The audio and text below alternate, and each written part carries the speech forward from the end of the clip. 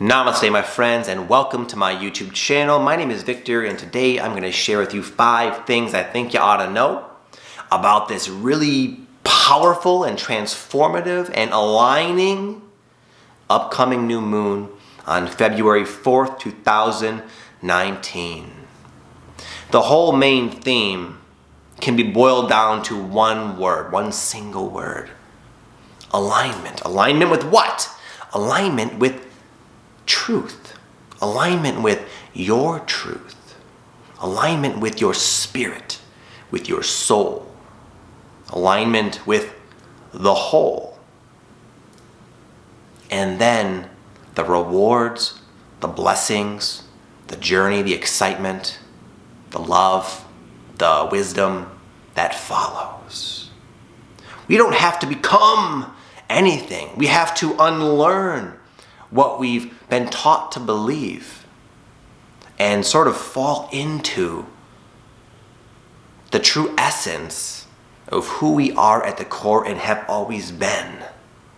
And in doing so, once we can sort of make the core of us a conscious presence in our character, in who we are, in what we do, then we're proceeding from such a powerful, unspeakably powerful and benevolent and amazing, beautiful, divine force that everything we do is going to be positively influenced. It's going to come back to us in the practical things we long for. Love, abundance, happiness, freedom, connection, purpose. All of that are natural elements and aspects of who we are and have always been at the core, and this new moon is going to help you find that alignment. Big time. Before I get into the 5 things that are going to help greatly clarify this message, let me say, if you're brand new to my YouTube channel, welcome. I am very honored. I feel very honored to speak to people who have dedicated themselves to the awakening journey, because I know it's not always easy. So thank you for showing up. Thank you for being here. It's good to have you. I have actually a brand new guided meditation I made. It's going to help you reconnect with what I call your higher self, which is just your spirit, your true self, that intuition. A lot of us are somewhat disconnected from it or not as in alignment with it as we could be. This meditation is going to help bring you back home so you can hear the soft whispers of your intuition. It's totally free. Check it out down below if you'd like. If not, I'll see you inside right now. Number 1. Vibrationally speaking, you, me, everyone watching, those on this path are becoming more refined. Your vibration is becoming higher, more refined. And consequently, any little itty bitty thing that doesn't resonate with this new refined frequency is gonna boom! It's gonna stick out and be obviously out of place in your life. It will create dissonance, it'll create conflict, it won't work out, it'll create problems. And oh my goodness, all these problems. No one likes problems, but they're just indicators that something you're doing or thinking or believing or emoting is creating some type of manifestation to show you that there's a part of you that hasn't yet come back home, hasn't harmonized with this new frequency. Because when you do, the system runs gorgeously, amazingly well. But you're becoming so refined, there's a lot less wiggle room. There's less room for sloppiness. There's less room for misalignment. And I'll use a perfect analogy I got from someone I like to watch a lot. His name is Bashar. He's a channeler, or that's what comes through the channel, Daryl Anka. Regardless, he looks at it like what's happening with us on the planet, the light workers, those doing the work and refining themselves in ways I'm sharing. He looks at it like an engine. In the past, we had these sort of combustion engines, much more simplistic in nature, not nearly as efficient as the engines we have today. So there could be gunk and muck and dust and so forth and particles, and the engine would run fine, albeit not as efficiently as possible. There was more wiggle room for error. Okay? But now the engines of today, they're so refined that a speck of dust can stop and halt the entire mechanism. And that's exactly what's happening with you. Maybe there were habits, relationships, aspects of your career, aspects of your belief system that in the past you could have dragged around because there wasn't such a demand placed upon your life by your growing frequency. But now, my friend, there is. You're revving higher, and things in your life that are out of place are going to stick out to you like a sore thumb. And that can sometimes be perceived as a random influx of a lot of problems, a lot of complications, a lot of headache things, why isn't this working? But that's just to show you that something within all that, you don't need it anymore. It's time to let it go. And your life will do a brilliant job of showing you what's out of alignment so that you can harmonize with your peak frequency, which will again be the key to many blessings in your life. Number 2, one of the ways this is likely going to play out with a lot of you, and it has been for me big time, is with your personal balance. Maybe you're very crystal clear with your goals. I know I want to be a writer. That resonates. I don't need any more signs from the universe. That's what I'm doing. But maybe there's some aspects of my self-care that could use some improvement that are preventing me from writing from that peak frequency each and every time. For example, for me, it's sugar. I know I talk about it a lot, something I'm still working through. Well, not too long ago, my family was in town and they wanted to take us out to dinner, and we went out to dinner, and they always get dessert, and a lot of times I have a willpower because I know how I get when I start eating sugar. But this time I justified it because I had just finished a really amazing retreat, and I was on such a high. I felt so good. I wanted to celebrate. So I had some dessert, which to a lot of you, it's okay, wow, hardcore, big deal. For me, it's not good because it leads into a lot of unhealthy, self-destructive, binge sort of behavior that I'm almost embarrassed to share about. It's not just that one night. I wake up and I crave sugar. I get cloudy, I get foggy. Everything I do is negatively influenced, and yet it's almost like an addiction for me. And that was sort of perpetuated because of the brilliant unfoldment and timing of my life. And you know what? My sugar cravings and so forth, that whole cycle played out worse than usual. It was very obvious that, Vic, you gotta figure this out, bro. This is not good. You gotta get to the source of this now, yesterday. And I did. That's a lot of times when things really blow up in your face, issues you think you've transcended come back in full force, louder, more obnoxious than ever. It's because you need a little bit more clarity so you can really be motivated and find the source of why you've been doing it and perpetuating it in the first place. And for me, it was illuminated. I realized that I can do really well, but what traps me is that the relationship I have with celebration and food. That's what brings me back in. I'll do really, really well and everything's going great, and then I'll celebrate, and then I start this whole cycle again, and finally it was obvious enough and unpleasant enough, I'll say, for me to finally see the writing on the wall and see where I've been tripping myself up. Thank you, awareness.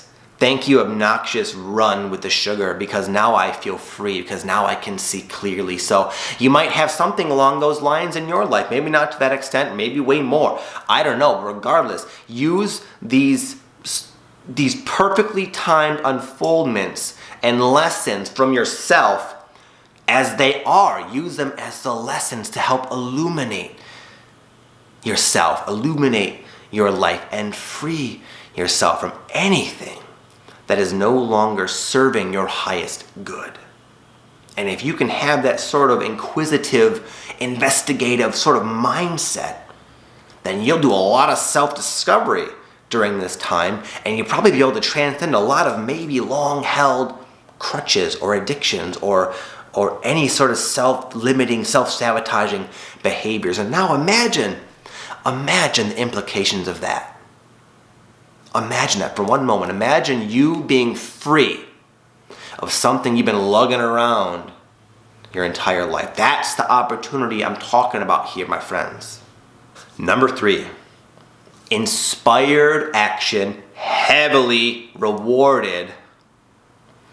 Misaligned action, it ain't gonna work. it's going to be not working at all. It's going to be a mess.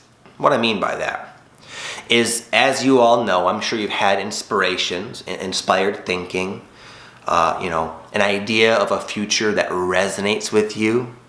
If you take action in that direction, from that vibration, from that perspective, you're going to have all the support you need: soul family, universe, circumstance, synchronicity, downloads, dreams, success.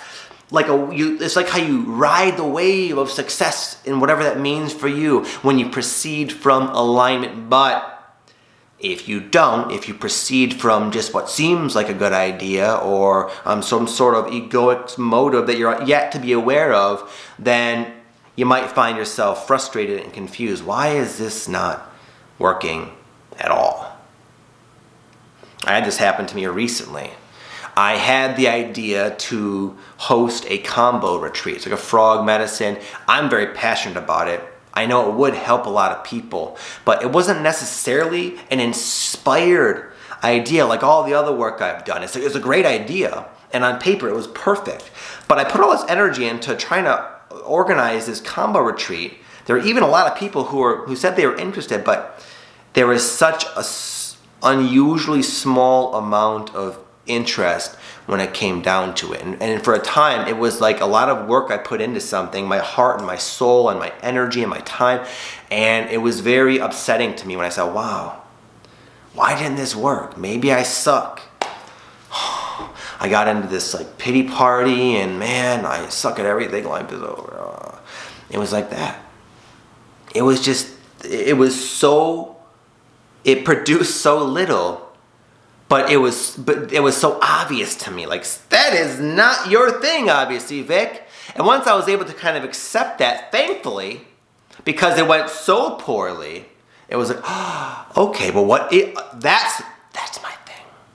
And then I had so much clarity on the things that really are meant for me to do, part of my destiny, if you will. And when I started to kind of put action into those directions that were again inspired and resonating, it's like, oh my God, it's such a contrast, such a night and day. And that's thanks to our increasing vibration. Again, what's not meant to happen, what's not for you, will be shown to you so obviously. And sometimes we don't know any better. I didn't have any bad motives for this combo retreat. I still hope down the line I can, because it's a powerful, super amazing thing. But at this time in my life, this is just not for me. And it was shown to me so obviously, and I'm so happy for that, so I can have more clarity into what is right for me. So if you found that working out like that in your life, something you really were trying to do or something just not working, sometimes it's a matter of it just not being your thing. It's maybe you're not proceeding from that spiritual guidance that you now have access to. And don't look at it as a problem or a failure. Look at it as feedback to help you have more clarity. And when you take action on those inspirations, watch out, because you'll see, just to the degree that one thing might not have been working, when you put your action and then do that right action, oh my goodness, it's gonna blow your mind at how successful and good things flow. Number 4, there's been what I will call a dawning of awareness. It's like, imagine we look through life. The limitations of our perception is like this. And from here, we draw conclusions and make improvements to our life. But this ascension process that you're connected to will sometimes randomly do that. And it's like, whoa! And all of a sudden, you're seeing so many things in so many areas of your life that, again, aren't in alignment. It's almost like what I call like a retrograde type of energy. In fact, I thought it might be Mercury retrograde. That's kind of the theme there. It's just showing you all the different things in your life that could use fine-tuning, could use adjusting, you could let go of. It doesn't always have to be drastic. It's just helping you really refine yourself. But when we go through these jumps in consciousness, it's almost like all of a sudden we become aware of so many things that we have to deal with. Like for me, it's with like the family life and my work balance, my health, with the sugar thing I mentioned, aspects of my career. It's like, oh my God, this sucks. This is so discouraging. There's so much to do, and I feel so overwhelmed. All I'm doing is being bombarded with insights of things that aren't working and things I need to improve and things I'm not doing a good enough job at. And it's like, oh my goodness, how do you not get discouraged? It's hard. I do sometimes, but I recognize the cycle, and I can see and have experienced, as have you, the value inherent within. Because eventually what happens is you settle. And now you have this much bigger, clearer, more gorgeous, perceptive lens at which you perceive yourself and reality. You can make really, really wise decisions. You can avoid pitfalls. You can radically improve many areas of your life in a very short span of time. And once you harmonize all these things being brought to your attention, albeit maybe a bit abruptly, you're going to be way happier, way better in all ways in your life. It's just that you're going through these self-life improvements so fast in these jumps that initially it can be overwhelming. But see the positive, see the blessing, see the beauty. It's an amazing gift we're being given right now with this dawning of awareness and consciousness. I'm going to add this number 6 in here. I'm going to throw it in. I haven't decided where. It's something that popped in my mind that I felt inspired to share about, and equally important within this whole message is this, is one word: the void. A lot of times when we let go of something, maybe you've been heeding your intuition and doing a lot of modifying in your life. Oftentimes that involves letting go of stuff. And then you're like, okay, I took this inspired action, this courageous action. I jumped off the cliff and severed these things from my life that I knew at the time was the right thing to do. So now why do I sit here with no replacement? The void. Sometimes I prefer to be stressing through life than to be sitting in the void. Because though what you parted with was not in alignment, it was something. It was something that added some sense of security or wholeness. And when you let it go, it's like you're bare. You feel empty. You know it was the right move, but you can't, that sting of emptiness goes deep. And it can be very, very, very hard to sit still and do nothing and wait. Most people I know, including myself, they're not patient at all. I'm not patient. But a lot of times when you're asking God, higher self, what do I do? What's the next step? You'll know nothing. You'll know it'll be revealed in time. You'll know it's not time for you to know the next step. It's time for you to sit and be still and reflect. You're going to want to do this. No, make yourself. And this happened to me when I was sort of trying to come up with why the combo thing goes so horrible. Why? I was pissed. Flipping through my tarot cards like I used to do in the past.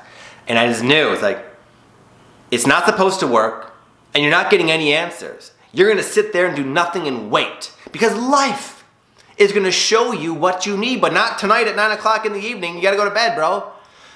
I don't want to go to bed. I want to know what's next. No. Sit.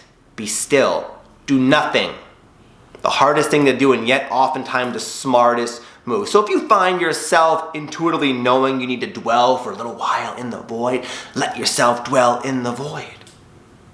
The sooner you can yield to inaction and nothing and no striving, the sooner the answers will spring forth from within, or in your life will be a catalyst for the new seeds that won't immediately replace maybe the large elements of your life you pushed away and let go of, but they will grow and they will flourish and they will be a real authentic aspect of your life that won't ever have to break down in the way those other things have. They're who you are. They're coming from who you truly are. But you have to sometimes accept it's going to start as a seed. And guess what happens when you plant a seed in the beginning? Nothing. It just sits there for a few days until you get a little teeny sprout. Trust the power and potential of those seeds. Do not resist the void. Embrace it. Number 5 is, regardless of how you're feeling, what you're thinking, and what's going on in your life, this is a time of not little bit, but great success. Only good will come from your drastically increasing frequency, and every single person watching is experiencing that right now in this very moment. Maybe you're of the variety of having a lot of things erupt in your life that you need to improve. Maybe you're of the variety of someone who's discovered their purpose and are going for it, and things are exploding in a beautiful and positive and amazing way. Regardless, you're all heading to the same place. You're all improving. You're all elevating your consciousness, and good things will come. Now, for those of you who have had a week like me, I have some advice for you that I've been sharing recently, and it's been getting a really good response. It's from a very wise fish named Dory from the movie Finding Nemo. Dory says, listen, Nemo, when life is getting you down, just keep swimming. When things aren't going your way, when projects aren't working as you had expected, when there's a lot of self-growth going on, you don't know how you can manage that with your daily life, relationship turmoil, career turmoil, just keep swimming. That's all you have to do. That's all you need to do. Because whatever's happening in your life is meant to happen. It's for your best good. And the only thing that will really, allow you to not have an amazing outcome is if you just stop, and if you really just quit and give up permanently. You can quit a little bit. We all do. We all have days where you say, screw it, I'm done. But start that next day and get off the boat and start swimming again. And that's all you have to do is just keep swimming. Just keep going. Just trust the process. Just trust yourself. Just look back at how it's already unfolded. There have been times in your life that have been challenging, and you're obviously here, so you obviously know how to keep swimming. So just keep swimming, my friends. Just keep swimming. Just keep going. Just don't stop. Don't give up before the miracle happens. Okay, my friends, that is my message for the new moon. I hope you all enjoyed it. I hope you all keep swimming. I hope you all got something out of it. Thank you for your love and your kindness and your support, your emails, your messages, your likes, your shares, all the things you do for me. I appreciate it. I feel it. It helps me, and it helps me help you. And it's a beautiful situation, and you guys are part of this equation. So thank you. If you guys want more of Victor, I will let you know I'm pretty active nowadays on Instagram. I do daily posts. I do daily stories where I show you little snippets of my daily life, what I'm eating, smoothies I'm doing, what I'm thinking, random thoughts of the day, that kind of thing. I kind of mix it up. Sometimes I'll do live Q&As, not all the time. But anyway, that's the way to kind of, if you like the video and you like following me, and you notice I don't upload unless I really feel guided and inspired to with YouTube, then that's the way to kind of, have me in your life a little more if you're benefiting from me or energy as an influence. So anyways, you guys have an amazing, blessed day, a beautiful new moon. Just keep swimming. Peace.